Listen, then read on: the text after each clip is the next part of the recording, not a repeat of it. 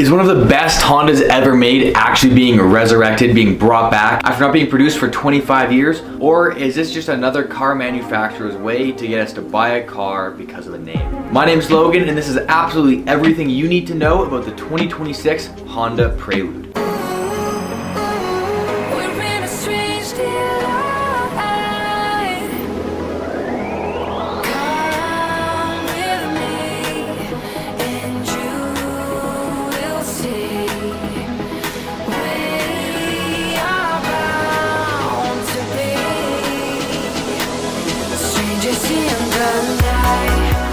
Now, as of the time of filming this video, there's not a ton of information released on the Prelude. However, I'm gonna go over absolutely everything we do know and things that we can expect from this car going into 2026 when it is expected to be released. Now, there is no official release date as to when this car is going to be able to hit the market. However, it is very clear that Honda is making this car. They are going ahead with this car, and it should be released at some point in 2026. Odds of us seeing an early release in 2025, however, are quite slim. This car was first unveiled to the public at the 2025 Tokyo Auto Salon, where it was shown just around a month ago. I got to see it myself in person, and it's definitely a very unique car. Now, there's a lot to love and there's a lot to hate with this car. We're gonna go over it. We're gonna start with the aesthetics, the exterior of the car.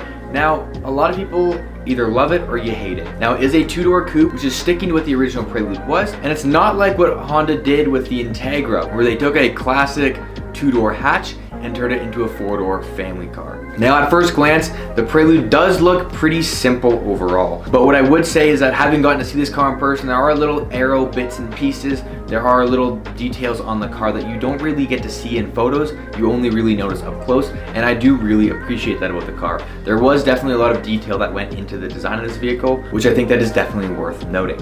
As for the interior of the vehicle, it looks to be very similar as to what the newer Civics have, which I can't complain about. The new interior on the Civics is quite good, it's quite nice, and it is quite comfortable. The Prelude is shown to have some very nice looking seats. Now, this is something that we can all appreciate. As for the manufacturer, if it's by Honda themselves or if they've outsourced it, we don't know. But we can certainly tell that the seats that came in this car are definitely inspired to hold you well. They've got very good bolstering, and they do look quite nice. The 2026 Prelude has a starting MSRP of around $31,000, which for what you're getting out of a brand new car, $31,000, that's quite a good price. There's very few details about the different trims and the different accessories that the Prelude will come with. However, it has been released that there will be a base option and there will also be a touring option as well. What that looks like, we don't know yet, but it is safe to assume that there will be a couple of different variations of the Prelude that we'll be able to get. The touring option is quoted to have an MSRP of around $38,000, so it's a $7,000 jump. So I'm curious to see what actually increases the value by $7,000 to make it worth that much of a jump to the touring spec, whether it's just different trim options, if there's actual physical differences about the car itself. I'm very curious to see what that's going to look like. Now, there's two main reasons which I believe to be why the car came as a coupe. Number one, there was a decent amount of backlash against the Integra coming only in a four-door option. Now, the Integra was classically a two-door hatch. Now, it did come in a four-door option. However, when we think Integra, we all think of the two-door. I get the feeling that they wanted to stick to tradition with this one and really keep it with the history of the Prelude and what it was supposed to be like. The second reason is because this car is assumed to replace the coupe models for the Civics and the Accords. Now, up until recently, the Civic and Accord always had a coupe option. However, they've ruled that out completely now. Now, there's no more Civic and Accord coupe options. And so now, if you want a coupe from Honda, you're gonna be looking at the new Prelude. Now we get into the meat and bones of what makes this car either desirable or not so much. And that's the drivetrain this car has. Now, it only recently has been announced that this car will come with a 2-liter 4-cylinder. We don't know yet if that is turbo or not. I would like to assume that it will be turbo, especially with where Honda's been going with a lot of their other cars. Most of the newer cars that Honda have been producing, especially their performance-based cars, all come turbo. So it is safe to assume that with the Prelude, it also will come with a turbo option. Now, the less desirable part about this car is that there is no manual option, and that's because it's gonna come with 2 electric motors. The Prelude's gonna have a direct drive setup with fixed drive ratios. So it's not a traditional manual transmission like a lot of us hope for. It's not even DCT, it's a new Honda specific technology that we have yet to see from them. Now, there are some worries about the efficiency and the quality of this system because it wasn't expected to get used until 2028 when Honda was expecting to release all electric models. Now, the good thing about this direct drive setup is that it is supposed to give the car the best performance and good torque, by keeping the car at an RPM that is most desirable for acceleration. The other thing that is nice to hear is that Honda promises the Prelude to offer a fun driving experience. Now what that looks like, we don't know yet, but it is clear that the goal with the Prelude is for it to be an enthusiast car, which is definitely nice to hear after what we saw Acura did with the RSX.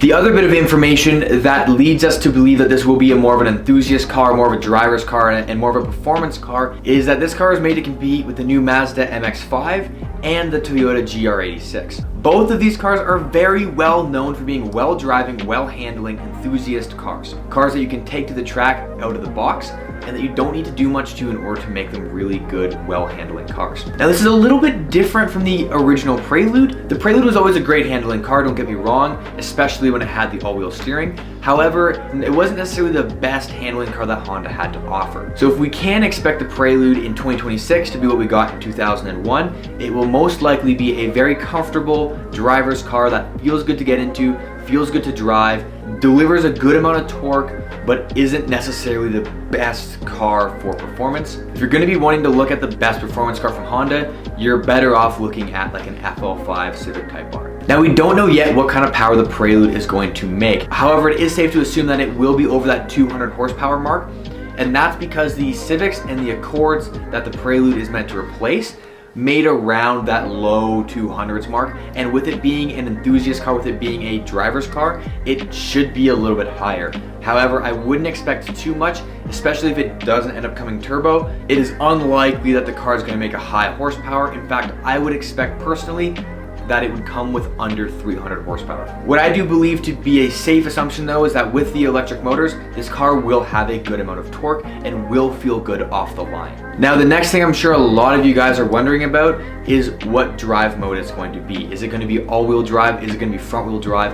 It is unlikely to be rear-wheel drive, but Honda actually hasn't released a statement on any of this yet. So for all we know, it could be rear-wheel drive. However, it is very unlikely. The Prelude most likely will be front-wheel drive, and with what the Prelude used to be, it is most likely it will be front-wheel drive. However, I wouldn't rule out an all-wheel drive option yet because that is something that a lot of Prelude lovers and Honda enthusiasts have talked about for the last 25 years is how the Prelude would have been well suited with all-wheel drive. Now, the biggest thing that's been mentioned about the Prelude that I haven't gone over yet in this video, and that is the new S Plus shift mode. Now, we don't exactly know what this looks like. We haven't seen a car with this system yet, but what it seems to be is some sort of technology to give you more of a response driving the car than what it'll have normally in just a regular comfort driving mode. However, I don't know if I'm a fan of what this actually does, because with the paddle shifters, it allows you to shift the car. However, it's not the same as if you were shifting gears properly. It actually simulates a fake driving response by giving the car more of a response when you shift gears, as well as it simulates sound as well. So there's going to be a lot of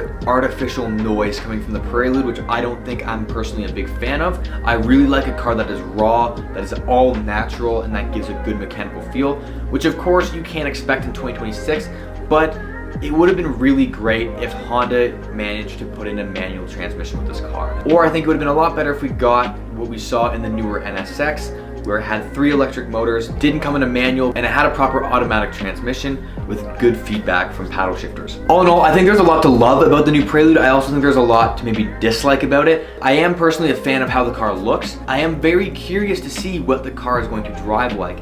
I would love to be able to get my hands on one, to be able to really drive it, really dive into what the car is like. But as of right now, this is all the information we have on the car. Even at the Tokyo Auto Salon, there wasn't a lot of information about specific details on what the car is going to include, what it's not going to include, the drivetrain, all of that. There wasn't a lot of details on that. However, I am pretty confident that we are going to get another enthusiast car from Honda, which is great because all we've really had over the last 10 to 15 years as for a proper driving experience is the Civic Type R. So now it is really cool to see another car return to the spotlight that we haven't seen in production for 25 years. I want to hear what you guys have to say about the Prelude in the comments down below. Let me know what you think. Let me know if there's things you like about it, things you dislike about it. I want to hear it all. I love hearing your guys' opinion. As well, thank you guys so much for watching all the way to the end of the video. It really helps out the channel. If you haven't already, remember to like, comment, and subscribe, and turn on that post notification bell if you want to see more videos like this. Let me know in the comments as well what kind of videos you want to see from me, what kind of topics you'd love for me to cover. And as always,